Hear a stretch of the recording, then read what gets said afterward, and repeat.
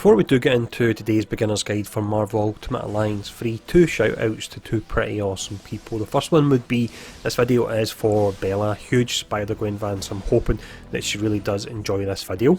Next up we have the ever awesome Crispin Roberts. He's a content creator and also player of the game. Now Crispin started doing something very similar to beginner's guides on his channel as well, and there's a link to that in the description. Now he's rather helpfully covered heroes that I haven't done yet, and he reached out to me to say if I want to watch those videos prior to doing the ones I'm doing, just to pick up some tips and save me a bit of time. I'm able to do that, so he's certainly helped out with this Spider-Gwen video, so once again thanks to Crispin. But for this video here anyway, we'll start off with Spider-Gwen, of course we'll be looking at, but we'll start off checking out her stats and also a quick overview of how she plays. We'll then talk about her abilities. Next up is the team bonuses. We'll then have a look at the synergy attacks available, and then we'll talk about the build options available and the optimal ISO 8 for her. We'll have a look at her alternative costume, and then we'll finish up with a quick summary. So let's jump in here and we'll start off with the overview.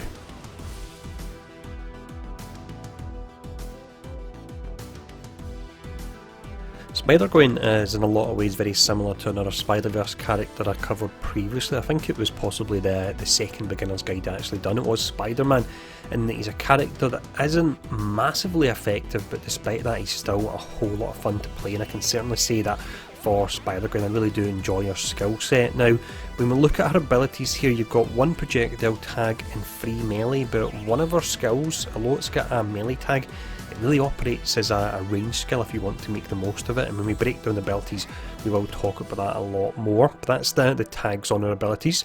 You've got her hero trait, which is web sling, always good for getting through levels and avoiding trash that you don't necessarily have to take out. Her stats are pretty average. Her strength is C, so that will affect her projectile and her melee attacks, so that is relevant to her. Vitality is a D, mastery is a C, resilience is a C, durability is a D, and then finally her energy is a B there, so that can help out for spamming her moves. But that's the overview. Let's now have a more in-depth look at her abilities.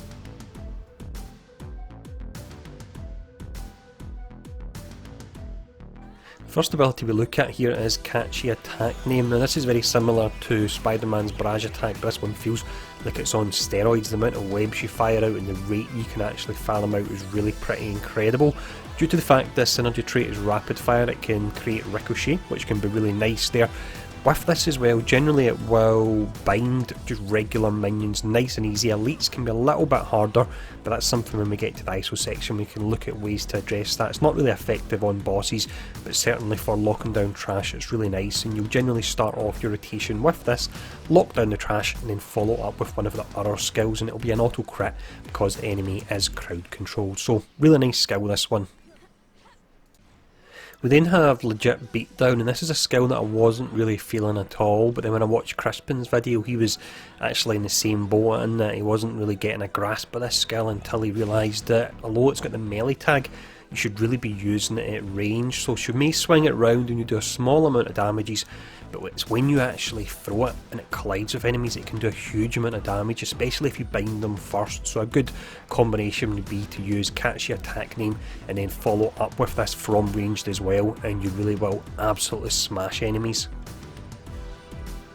The next ability we have is Disappearing Act, and this is actually another really fun one to use. It's a really nice gap closer, so you hold the button down and then you can actually move the target to where you want to teleport to. It's very similar to the likes of the move that let's see that Nightcrawler actually has there. So this one again, you'll start off with Catchy Attack Name, bind the enemy, and then drop in with this, and when you get an auto crit on it, it can actually do really decent damage. The final ability we have here is another real fun one, and it looks pretty incredible. So this is called Swing Time. So with this, shoot a string of web into the air, then use momentum for a swing attack in the area. It's great for taking out trash, it's great for doing damage on a boss after they're stunned. So what you can do is use Catchy Attack Name to stun a boss or a group of enemies, use Disappearing Act to get right in their face, and then just start spamming this and you'll do a real nice amount of damage. You can still be hit while you're casting it, so that is just something to be wary of. Overall then, as mentioned, their skills not particularly effective at taking down bosses, but they're really good at taking down trash. They look really nice and they flow really well as well. That's something that for me is really important. A character feels fun to play, and Spider-Gwen definitely falls into that category. In regards to her light attack, heavy attack and ultimate, nothing too special, but then but I will mention the fact that when you jump into the air with her and you hit the light or heavy attack, she'll slam down, and that's actually got a pretty huge range on it, and it does some pretty decent damage as well. So rather than using the light or heavy if you run out of energy, what I would do is just jump up and then just slam down, so give that a shot. But that's all her abilities. Let's have a look at the team bonuses now.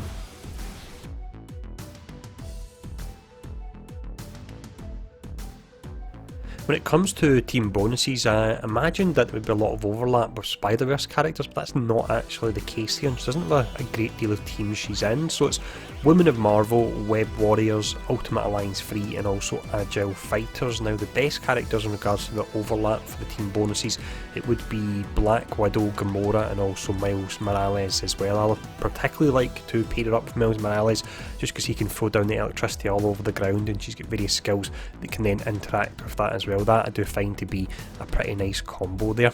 But that's the team bonuses. Let's have a look at the synergy attacks now.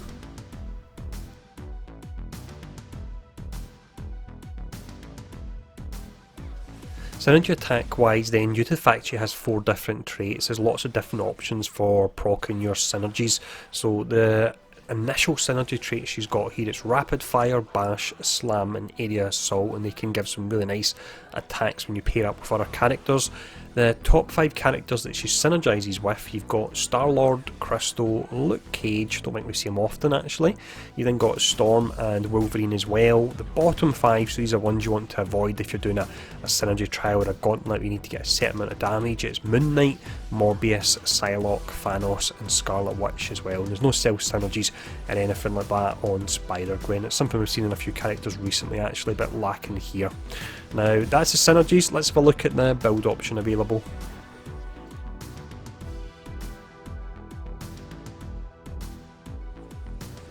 Build wise then for Spider-Gwen, I would say that there are 2 options available. The first one is the one that I actually prefer, because I feel that when you lead with the bind skill on her moves, it just feels really fun. So this particular build, I've very originally called it the in a bind build. This is your crowd control build. So with this, you want to go for decrease the number of attacks to inflict status effect by 34%. You may have to put a few of them on. That'll make it a lot easier to actually bind elites. Also with this, it can be quite fun if you put the increase the duration of binding effects by 1 second on. Again, you can stack a few of them. From there, you want to be doing some damage. You don't have to worry about crit, because when enemies are binded, it will be an auto crit. So you would go for increased damage of melee attacks by 19.2, increased damage of attacks by 16.5, and then finally increased strength by 13.7. So that is your crowd control build. If you want to go for more flat damage, I would say you want to focus on the 3 abilities that have the melee tag, because the first ability, which has the projectile tag and which is used for binding, it's not really there to do damage, it's just there to bind the target in the first instance. So with this one, increased damage of melee attacks by 19.2, increased crit chance of melee attacks by 11.1, because you won't potentially be binding characters as often. Increased damage of attacks by 16.5, increased crit chance by 8%, and then increased strength by 13.7. Of course, the order of them is you want to go for the ones at the top first, and if you don't have them, you use the ones below them there. But that's the builds I would run with her, so let's now have a look at her alternative costume.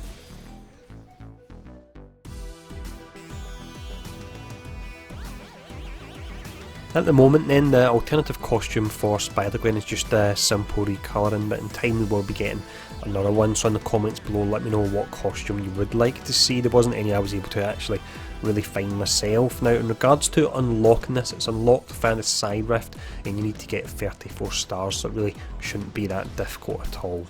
Now let's just finish up with a quick summary.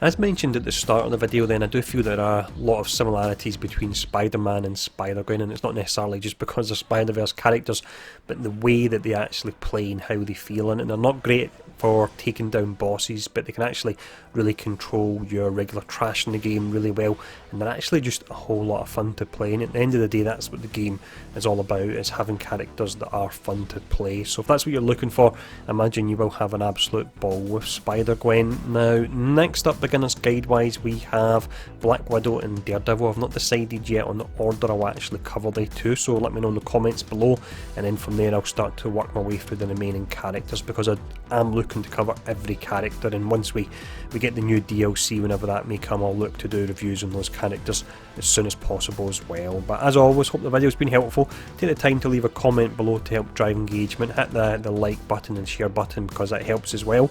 And thanks for tuning in, and I'll see you all again soon.